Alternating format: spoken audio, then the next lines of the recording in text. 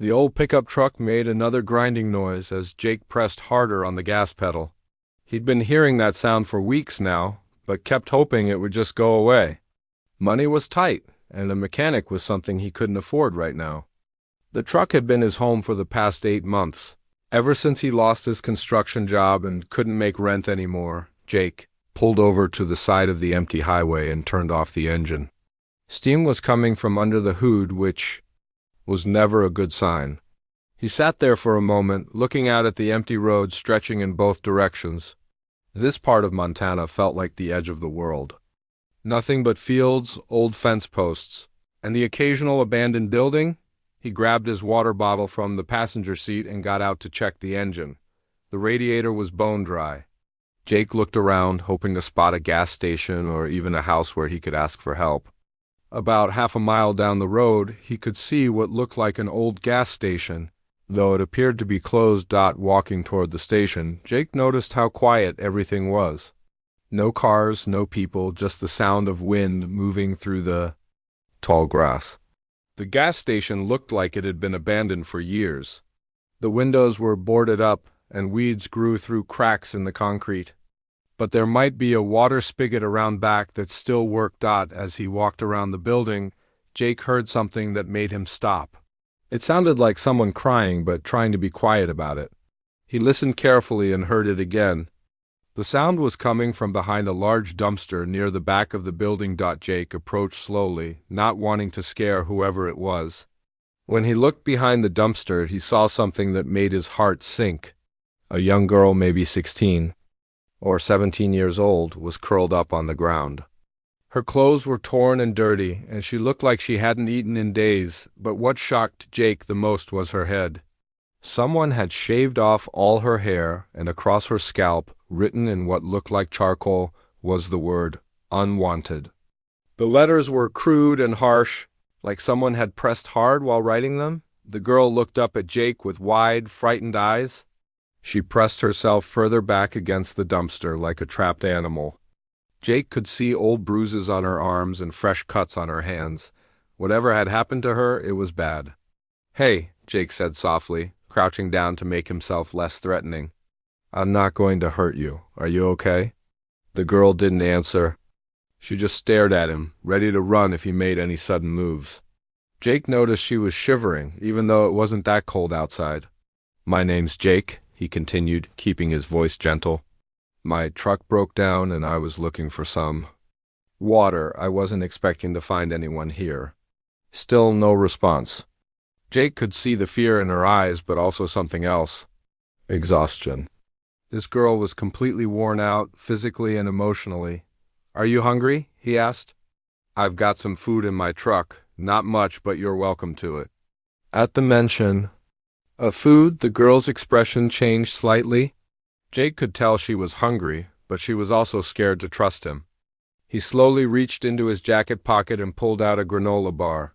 "Here," he said, setting it on the ground between them. "It's not much, but it's something." The girl looked at the granola bar, then back at Jake. After a long moment, she quickly grabbed it and tore open the wrapper. She ate it so fast that Jake worried she might choke. While she ate, Jake got a better look at her. Besides the obvious signs of abuse, he noticed something that reminded him of his younger sister, Lisa, who had died in a car accident 5 years ago. Maybe it was the way she held herself or the stubborn look in her eyes despite everything she'd been through. "That word on your head," Jake said carefully. "Someone did that to you?" The girl finished the granola bar and looked down at the ground. For a moment, Jake thought she wasn't going to answer. Then, in a voice barely above a whisper, she said, "They told me that's what I am. Nothing. Unwanted." Jake felt anger rise in his chest, but he kept it controlled.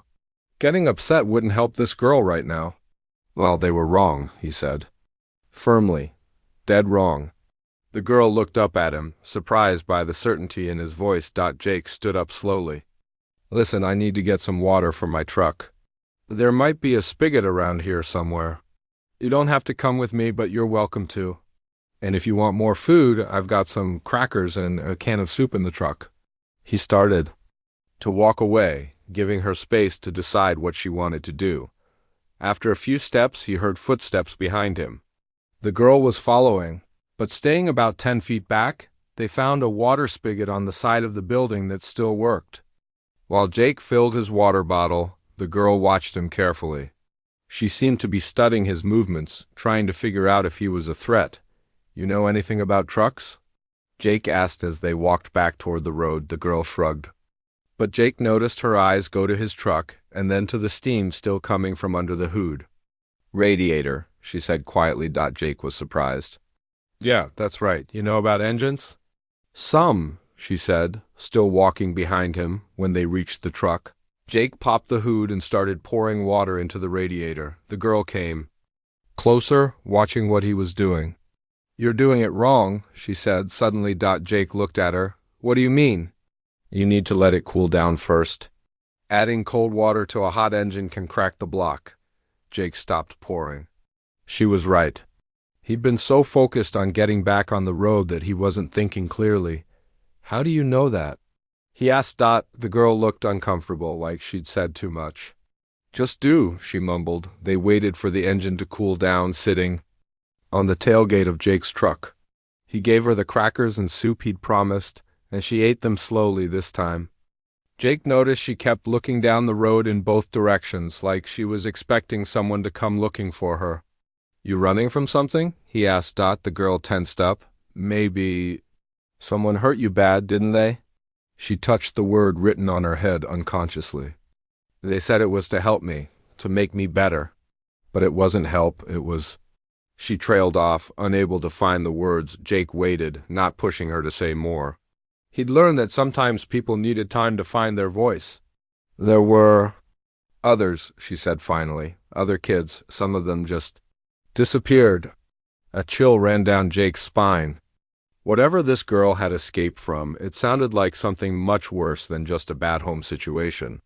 "Where are you trying to get to?" he asked. The girl shook her head. "Nowhere. Just away." Jake understood that feeling. After Lisa died and he lost his job, he'd felt the same way. Just wanting to be anywhere else, even if he didn't know where that was. The engine had cooled down enough to add water safely. The girl helped him, showing him the right way to check the fluid levels and look for leaks. She clearly knew more about engines than she was letting on. "What's your name?" Jake asked as they finished up. The girl hesitated. "They called me different things. None of them were my real name. What do you want to be called?" She thought about it for a long moment. "Kit," she said finally. "Like the tools." "I always liked working with tools." Jake nodded. "Kit it is." As they got ready to leave, Kit looked back at the abandoned gas station.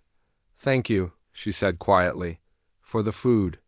And for not not what? Not hurting me, not leaving me there." Jake felt something tighten in his chest.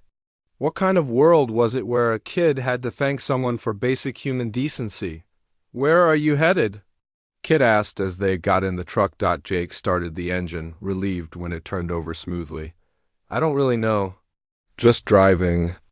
I guess looking for work." Kit was quiet for a moment. "Can I come with you, just for a little while?" Jake looked at her. He could see the hope and fear battling in her eyes. Taking her along would complicate everything.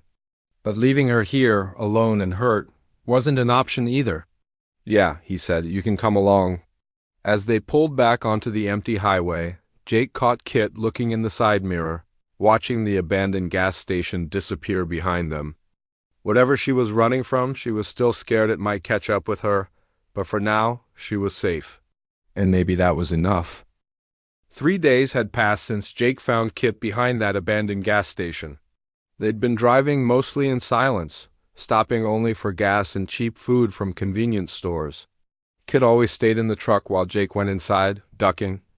Down in the passenger seat, whenever other people were around, Jake had planned to drop her off at the next town with a police station.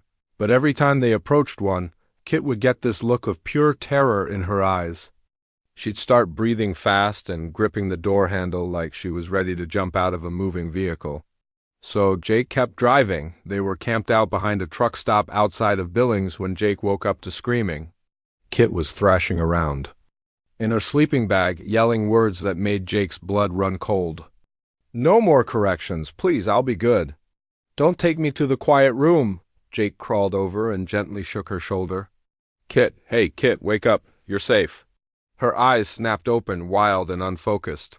For a moment, she didn't seem to recognize him. Then reality came flooding back, and she sat up, pulling her knees to her chest. Sorry, she whispered. I didn't mean to wake you. Don't apologize, Jake said. Bad dreams? Kit nodded, but didn't elaborate. Jake noticed she was shaking and not from the cold. You want to talk about it? They had this place, Kit said after a long pause. Called it the quiet room, but it wasn't quiet at all. That's where they'd put you when you did something wrong. Sometimes for days, Jake felt sick. Who's they? The staff. At the facility. Kit wrapped her arms tighter around her legs. They said they were helping us, making us better, but nobody got better there. We just got smaller. The next morning, Jake's truck wouldn't start. The engine would turn over but wouldn't catch. Jake popped the hood and stared at the engine, feeling frustrated. He knew a little about cars, but not enough to fix whatever was wrong. Move over, Kit said quietly. Jake stepped aside and watched as Kit examined the engine. She moved with confidence, checking connections and testing different components. After a few minutes, she found a loose wire near the alternator. There, she said, tightening the connection. Try it now. The truck started immediately. Jake stared at Kit with new respect. Where'd you learn to do that? Kit shrugged. The facility had a workshop. They made us fix their vehicles for free. Called it job training, but we never saw any money from it.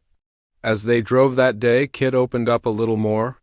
She told Jake about the other kids at the facility, how they'd come from all over the country, sent there by parents or guardians who couldn't handle them anymore. Most were just regular teenagers who'd gotten into some trouble, but the facility treated them like criminals. There was this one girl, Luna, Kit said, staring out the window. She was only 14. Got sent there because she kept running away from her foster homes. She was so scared all the time. What happened to her? Kit's jaw tightened. She tried to escape once. They caught her at the fence. After that, she was different, quiet, like they'd broken something inside her. Jake felt anger building in his chest. How long were you there? 8 months. But it felt like years. They stopped in a small town called Cedar Falls to get supplies. Jake gave Kit a baseball cap to cover the word on her head and told her she could come into the store with him if she wanted. She was nervous but tired of hiding in the truck. The grocery store was small and friendly. The clerk, an older woman, with kind eyes, smiled at them both. Everything was going fine until a police car pulled up outside. Kit saw it through the window and went rigid. We need to go, she whispered urgently. Right now, it's okay, Jake said. He's probably just getting coffee. But Kit was already backing toward the rear exit. You don't understand. They're looking for me. They never stop looking. Jake paid quickly and followed Kit out the back of the store. They made it to the truck just as the police officer was walking into the store. Kit was shaking so hard she could barely get her seatbelt on.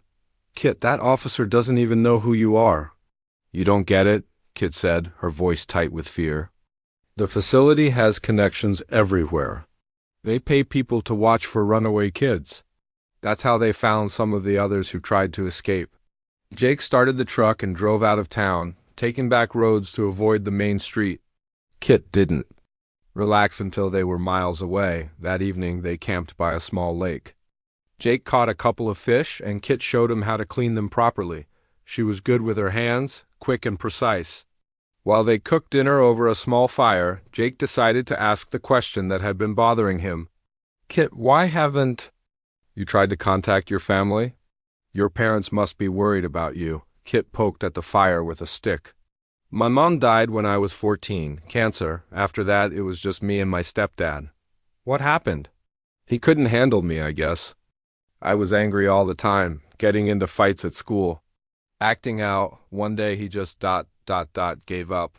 Sighed I needed more help than he could give me. Signed some papers and sent me away. Jake watched the flames dance to the facility. Yeah, he told me it was temporary, just until I got better. But then months went by, and he never came to visit, never even called. Kit's voice got smaller. I think he was happy to get rid of me. I doubt that's true. Kit looked at him with sad, tired eyes. Then why didn't he come get me when they shut the place down? Jake didn't have an answer for that. Over the next few days, they fell into a routine. Jake would find odd jobs in small towns, helping with construction, loading trucks, anything that paid cash. Kit would stay hidden, but she'd always have something useful to contribute. She'd fix whatever was broken on the truck, find the cheapest gas stations, or spot good places to camp for the night. She was smart, Jake realized, really smart. She could do math in her head faster than most people could with a calculator, and she knew things about geography and history that surprised him. When he mentioned this, Kit looked embarrassed. I always liked school before everything went bad, she said. At the facility, they didn't really teach us much. Just kept us busy. With work projects. What kind of work? Cleaning, cooking, laundry, maintenance. They had contracts with local businesses. We did all the labor, and they kept the money. Jake was beginning to understand that this facility was nothing like what it claimed to be. It sounded more like a prison than a place that was supposed to help troubled kids. One evening, while they were eating dinner at a roadside diner, Kit suddenly went very still. Jake followed her gaze and saw a man in a suit talking to the waitress. The man was showing her something, probably a photograph. We need to leave, Kit whispered. Now, she slipped out of the booth and headed for the bathroom. Jake left money on the table and casually walked toward the exit. When he got to the truck, Kit was already there, crouched down in the passenger seat. Go, she said. Drive, but not too fast. Don't look suspicious. Jake pulled out of the parking lot and onto the highway. In his rearview mirror, he saw the man in the suit come out of the diner and look around. Who was that? Jake asked. One of them, from the facility. They call themselves family recovery specialists, but they're really just bounty hunters. They get paid to bring kids back? But the place is closed, right? You said they shut it down. Kit shook her head. They just moved it. Changed the name. These places, they're like weeds. You cut one down and two more pop up somewhere else. Jake drove through the night, taking random turns and back roads. Kit directed him, seeming to know exactly how these people operated. By morning, they were 2 states away, and Kit finally relaxed enough to sleep. As Jake watched her sleep in the passenger seat, he realized something had changed. He'd started this journey planning to drop her off somewhere safe and continue on his own, but now the thought of leaving her felt wrong. She needed someone in her corner, someone who wouldn't give up on her. Maybe they both needed that. The word on Kit's head was starting to fade a little, the charcoal rubbing off slowly. But Jake could see that the real healing was going to take much longer. Whatever had been done to her at that place had left scars that went much deeper than what was written on her skin, but she was strong. Stronger than she knew, and Jake was beginning to think that maybe helping her heal might be exactly what he needed to do. Jake and Kit had been on the road for 3 weeks now. They developed a careful routine, small towns, cash jobs, and always staying one step ahead of anyone who might be looking for Kit. Jake was starting to think they might actually be safe. When everything changed in a little diner outside of Phoenix, they'd stop for breakfast, something they rarely did together in public places. But Kit had been getting braver, and Jake thought she deserved to eat a real meal at a real table. For once. She was wearing the baseball cap Jake had bought her, and her hair was starting to grow back. Just enough to cover some of the faded letters on her scalp. Kit was actually smiling as she ate her pancakes, telling Jake about a book she'd found in the truck stop. It was the most relaxed he'd ever seen her. That's when the man walked in. Kit saw him first. Her fork clattered to her plate, and all the color drained from her face. Jake turned to see what had spooked her and saw a tall man in a gray jacket scanning the diner. He had the look of someone who was searching for something specific. Don't look at him, Kit whispered, pulling her cap down lower. We need to go, right now. But it was too late. The man's eyes found their table, and Jake saw recognition flash across his face. The man started walking toward them, pulling out his phone. Kit bolted. She was out of the booth and running toward the back exit before Jake could even process what was happening. Jake threw some money on the table and followed her, but the man in the gray jacket was right behind them. They made it to the truck, but barely. Jake's hands were shaking as he started the engine. In the rearview mirror, he could see the man standing in the parking lot, talking rapidly into his phone and writing down their license plate number. Who was that? Jake asked as they sped away. His name is Ray, Kit said, her voice tight with fear. He worked at the facility. He was one of the worst ones. Jake drove fast, taking random turns and trying to put as much distance as possible between them and the diner. Kit was curled up in the passenger seat, making herself as small as possible. Kit, talk to me. What did he do there? He ran the correction programs. When kids broke rules or tried to escape, Ray was the one who decided their punishment. Kit's voice was barely above a whisper. He enjoyed it. Jake felt sick. What kind of punishment? Kit was quiet for so long that Jake thought she wasn't going to answer. When she finally spoke, her voice was different, older, sadder. There were lots of ways to break a person without leaving marks that would show up in pictures. Ray knew all of them. Jake had to pull over. His hands were shaking too badly to drive safely. He sat there for a moment, trying to process what Kit had just told him. Kit, I'm so sorry. Nobody should ever have to go through that. The worst part wasn't what he did to me, Kit said. It was watching what he did to the younger kids. Some of them were only 12 or 13. They'd come in scared but still hopeful, still believing that someone was going to help them. But Ray had a way of crushing that hope. Jake started driving again, his mind racing. You said the facility was shut down. What's Ray doing here? That's what I don't understand. When they closed Riverside Ridge, that was the name of the place, Ray disappeared. We all thought he'd gotten arrested with the rest of them. Maybe he did get arrested. Maybe he's out now. Kit shook her head. No, something's not right. Ray wouldn't be here alone, just looking for me. He'd have backup. And he'd be more careful about showing his face in public. They drove in silence for an hour, both lost in their own thoughts.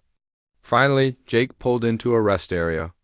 They needed to figure out what to do next. Kit, I think it's time you told me everything. The whole story. Kit looked out at the empty parking lot. Where do I even start?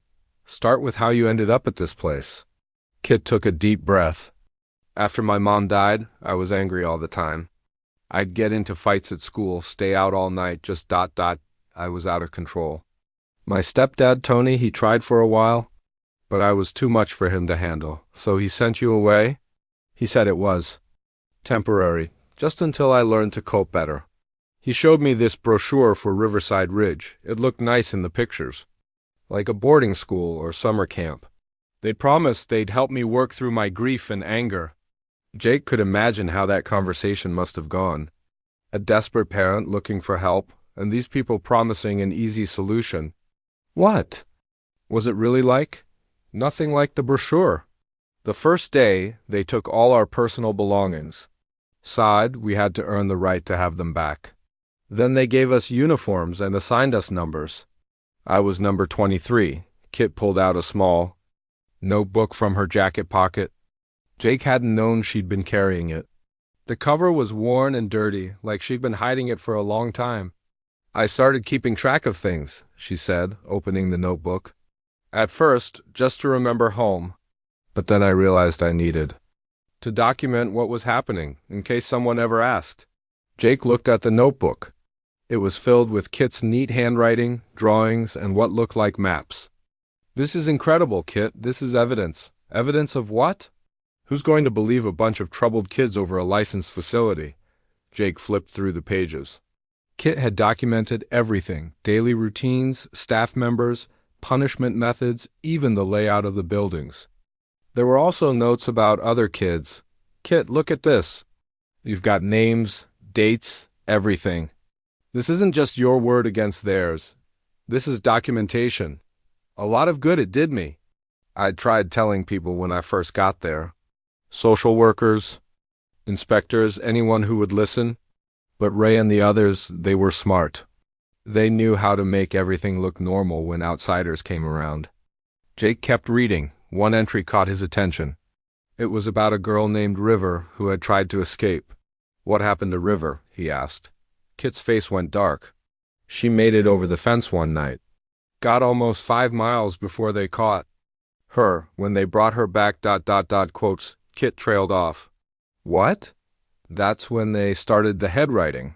Said it was to mark the troublemakers. Make sure everyone knew who not to trust. River was the first one to get it." Jake felt cold. "The word unwanted? Sometimes other words. Depending on what they thought your problem was, River got runner carved into her scalp. They made all of us watch." Jake closed the notebook, feeling overwhelmed. "Kit, this is bigger than just you running away. This is about stopping these people from hurting more kids. You think I don't know that?" Kit's voice cracked. "But what can I do? I'm nobody, a runaway kid with a record." "You're not nobody. You're a survivor, and you've got proof." Jake pulled out his phone and started scrolling through his contacts. He found the number he was looking for. "Who are you calling?" "My brother David. He used to work for Child Protective Services before he became a lawyer. If anyone knows what to do with this information, it's him." Kit grabbed his arm. "No, you can't tell anyone about me. If the wrong people find out where, I'm ... Kit, trust me, David's one of the good guys. He spent his whole career trying to protect kids like you." Jake dialed the number. It rang 3 times before a familiar voice answered. "Jake? Is that really you? Man, I haven't heard from you in 2 years. Hey, David, listen, I need your help with something. Something big." Jake walked away from the truck so Kit couldn't hear the conversation. He gave David a basic overview of the situation without revealing too many details about Kit's location. "Jesus. Jake, are you sure about this? These kinds of facilities, they have serious legal protection. And if they're actively looking for this girl? David, you should see what she's written down. It's not just abuse. It's systematic, organized. These people were running what amounts to a child labor camp." There was a long pause on the other end of the line. "Okay," David said finally. "Here's what we're going to do. Don't go to the local police. These places often have connections with local law enforcement. I'm going to make some calls to people I trust at the state level. But Jake, you need to be careful. If what you're telling me is true, these people have a lot to lose." Jake walked back to the truck where Kit was waiting anxiously. "What did he say?" "He's going to help us. But Kit, he needs to see your notebook, and he needs to hear your story directly." Kit looked terrified. "I can't. What if it's a trap? What if they find me? David's my brother. I trust him with my life. And right now, he might be the only person who can help us stop these people from hurting more kids." Kit stared at the notebook in her hands. Jake could see the war going on inside her head. She wanted to help, but she was scared. After everything she'd been through, trust didn't come easy. "There's something else," she said quietly. "Something I haven't told you. About why Ray is looking for me specifically. What is it?" "I wasn't the only one who escaped that night. There were 3 of us. But the other 2...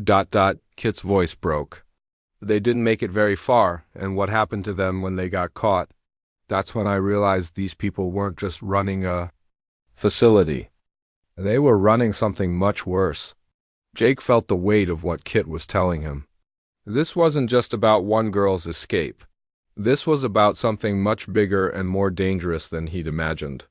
"Kit, all the more reason we need to get this information to people who can do something about it."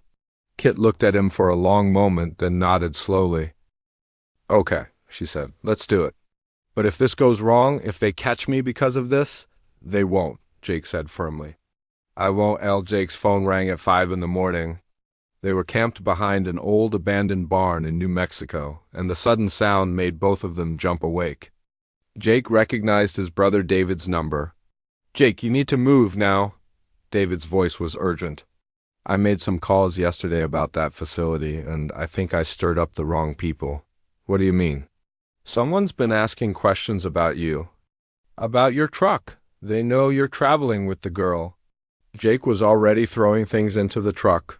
Kit was awake now too, her survival instincts kicking in as she saw Jake's panic. "How is that possible?" Jake asked. "These people have more connections than I thought. I'm talking to a federal contact now, but it's going to take time to get proper protection in place. Until then, you need to stay ahead of them." Jake ended the call and started the truck. In the distance, he could see headlights coming down the rural road toward them.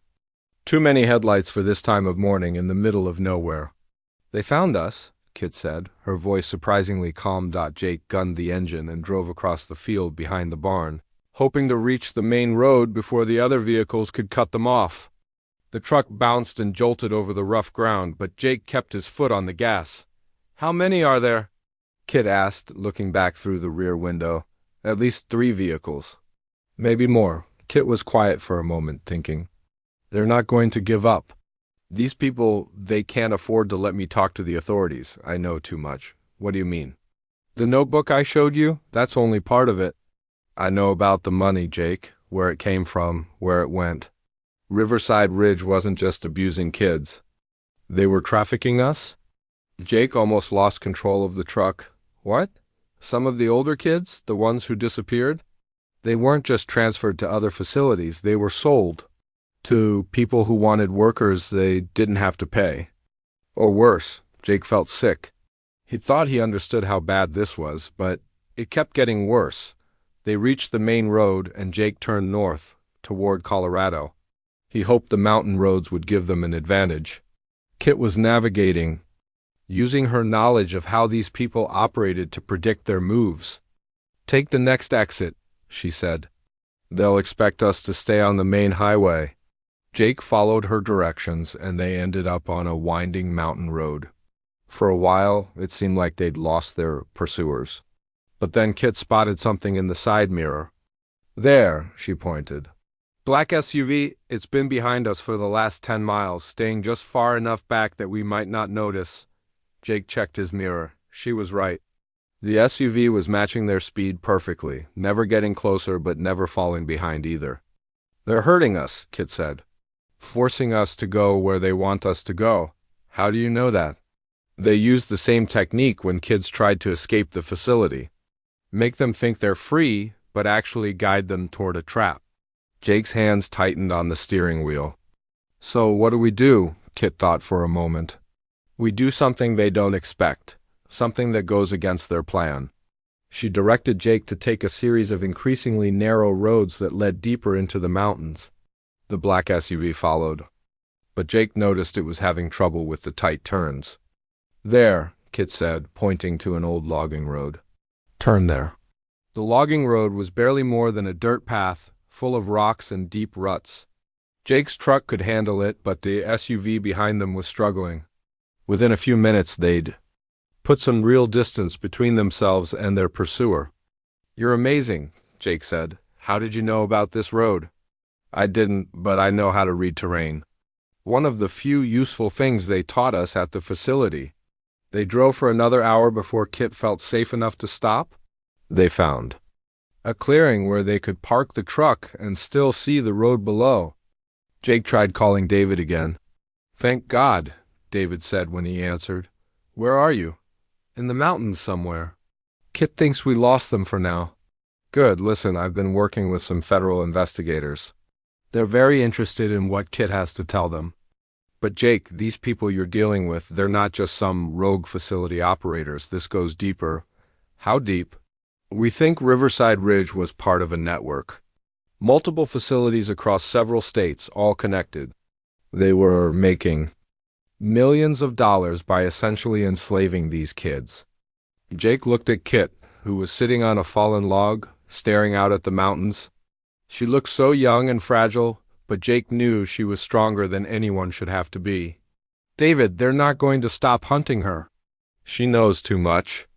"I know, that's why we need to end this." Kit's testimony, combined with her documentation, could bring down the whole network, but she has to be willing to testify. Jake walked over to Kit and sat down beside her. "What are you thinking about?" "The other kids," she said. "River and Ash and all the others who didn't make it out. I keep thinking about what would have happened if someone had helped them the way you helped me. You can help them now. By stopping these people, Kit nodded slowly. I know, I've been thinking about that ever since your brother called. But Jake, if I do this, if I testify, they're going to come after me even harder, and they'll come after you too. Let them come. We'll face it together. Kit looked at him with tears in her eyes. Why are you doing this? You could have dropped me off anywhere and gone back to your life? Why are you risking everything for me? Jake thought about how to answer that. The truth was complicated. It was partly because Kit reminded him of his sister, Lisa, partly because he'd been drifting through life without purpose until he found her. But mostly, it was because it was the right thing to do.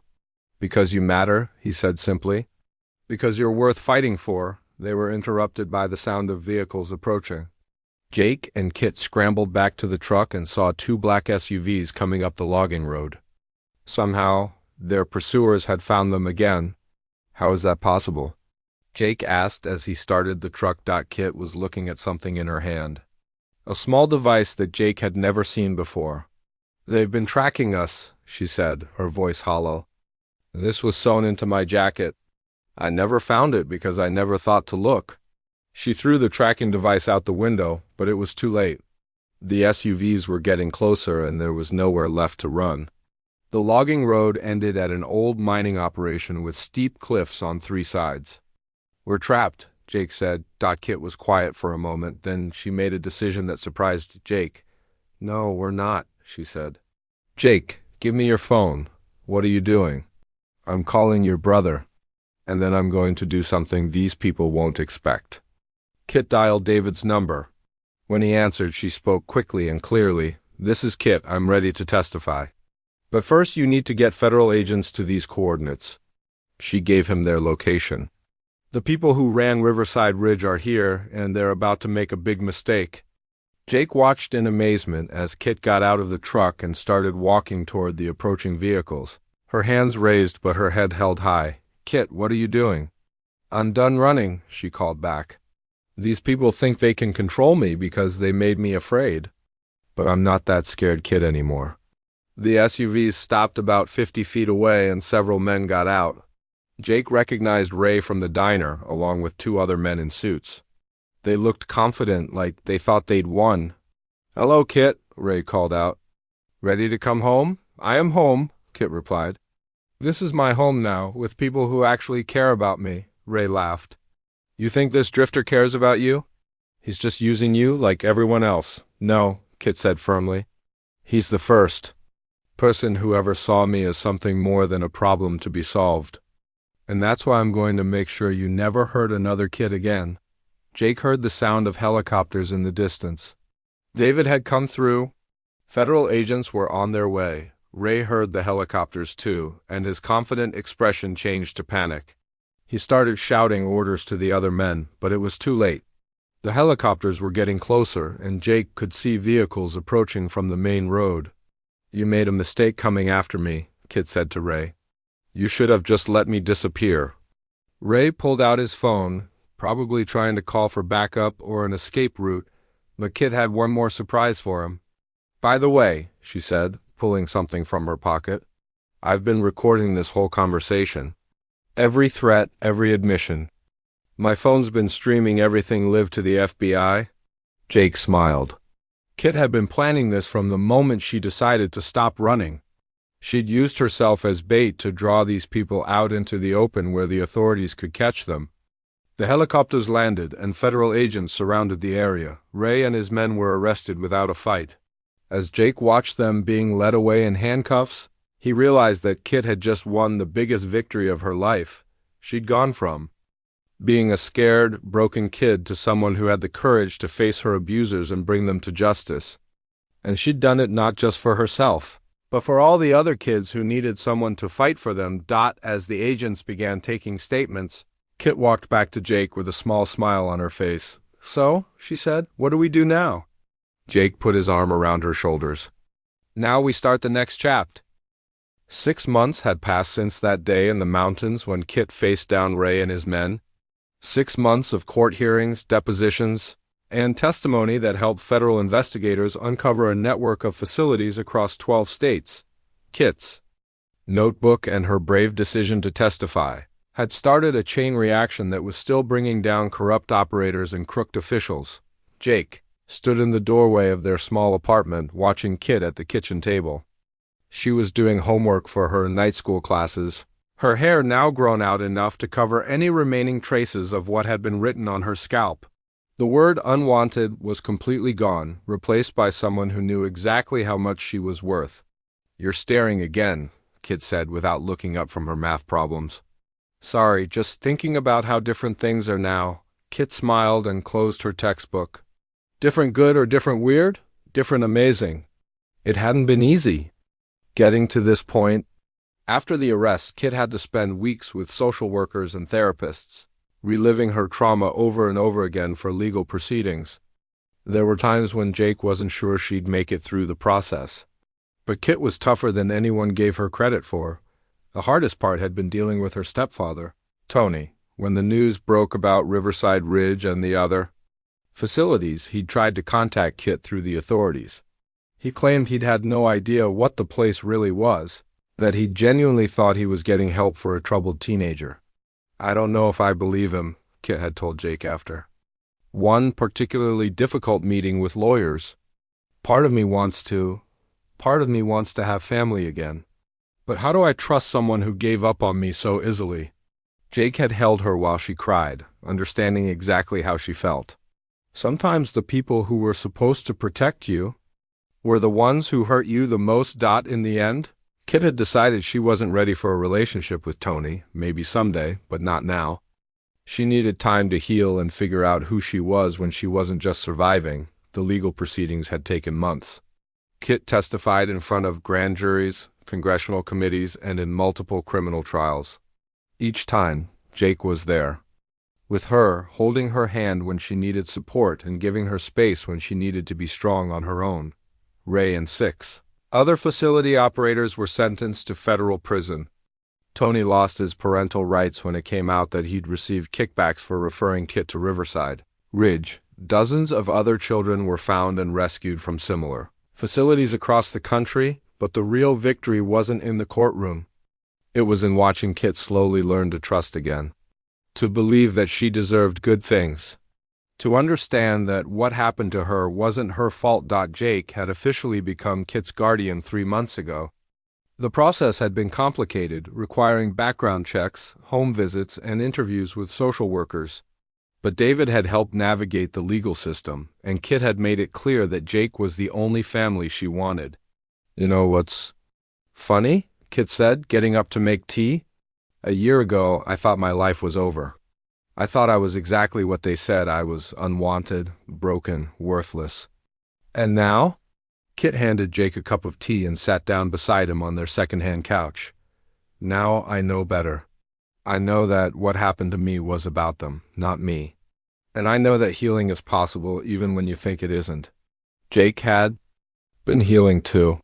Finding Kit had given him purpose when his own life felt meaningless. Helping her fight for justice had reminded him that he was capable of more than just drifting from job to job. He'd found steady work at a local garage, and the owner had even offered to help him open his own shop someday. "I got a letter today," Kit said, pulling an envelope from her backpack. "From Luna." Jake remembered that name from Kit's notebook. Luna was one of the girls from Riverside Ridge who had been found when the facility was raided. "How is she doing?" "Better. She's living with a foster family now, going to therapy, starting to trust people again. She wants to meet up when she's ready." Kit opened the letter and read parts of it aloud. Luna thanked Kit for being brave enough to speak up, for giving other survivors a voice. She talked about how knowing that Kit had escaped and was building a good life gave her hope that she could do the same. "There are others too," Kit said. "Kids who were rescued because of what we did. Some of them have reached out through the Victims Advocate program." Jake watched Kit's face as she talked about the other survivors. There was pain there. She carried the weight of knowing what they'd all been through. But there was also pride. She'd turned her suffering into something that could help others. "I've been thinking about something," Kit said. The advocate program asked if I'd be interested in mentoring other kids who've been through similar situations. Kids who are having trouble adjusting to life after rescue. What do you think about that? I think I want to do it. I know what it's like to feel like you'll never be normal again. Like you'll never be able to trust anyone? If I can help even one kid realize that's not true, then maybe everything I went through will mean something. Jake nodded. It sounded like exactly the kind of thing Kit would be good at. She had a way of seeing strength in people when they couldn't see it in themselves. That evening, they drove out to a hill overlooking their small town. It had become a tradition for them. Once a week, they'd go somewhere they could see the horizon and talk about their plans for the future. You know what I realized today? Kit said as they sat on the tailgate of Jake's truck, looking out at the sunset. What's that? For most of my life, I thought home was a place, a house, a town, something like that, but I was wrong. Jake waited for her to continue. Home isn't a place. It's people. It's feeling safe and wanted and understood. It's knowing that someone has your back no matter what. She looked at Jake with tears in her eyes, but they were happy tears. You gave me that, Jake. When you found me behind that gas station, you didn't just save my life, you gave me a home. Jake felt his own eyes getting misty. You gave me one too, Kit. I was just as lost as you were, just in a different way. They sat in comfortable silence for a while, watching the stars come out. Kit had started calling herself Kit officially now. She'd legally changed her name as part of moving forward with her new life. She said it reminded her that she was someone who could fix things, someone who was useful and capable. So what's next? Jake asked. I graduate from high school next year. Then maybe college. I'm thinking about studying social work or law or psychology. Something that would help me keep fighting for kids like me. That sounds perfect. What about you? Still thinking about opening that garage? Jake nodded. With you as my business partner, if you're interested. You know more about engines than most mechanics I've met, Kit laughed. Partners. I liked the sound of that. As they drove home that night, Jake thought about how much their lives had changed. A year ago, he'd been a man with no direction, and Kit had been a girl with no hope. Now they were a family, building something meaningful together. The word, unwanted, was completely gone from Kit's head, but more importantly, it was gone from her heart. She knew now that she was wanted, valued, and loved. She knew that she had something important to contribute to the world, and Jake knew that sometimes the best things in life came from the most unexpected places. Sometimes salvation wore the face of a scared teenager behind a dumpster. Sometimes family was something you chose rather than something you were born into. Sometimes home was wherever you found someone who truly saw you and decided you were worth fighting for. Kit fell asleep on the drive back to their apartment, her head resting against the window. Jake looked over at her and smiled. Tomorrow she'd wake up and go to school, then work her part-time job at the library, then come home and do homework at their kitchen table. It was a normal life. A good life. The kind of life Kit had never dared to dream about when she was trapped at Riverside Ridge, and it was just the beginning. Kit was going to do amazing things with her life. Jake was sure of it.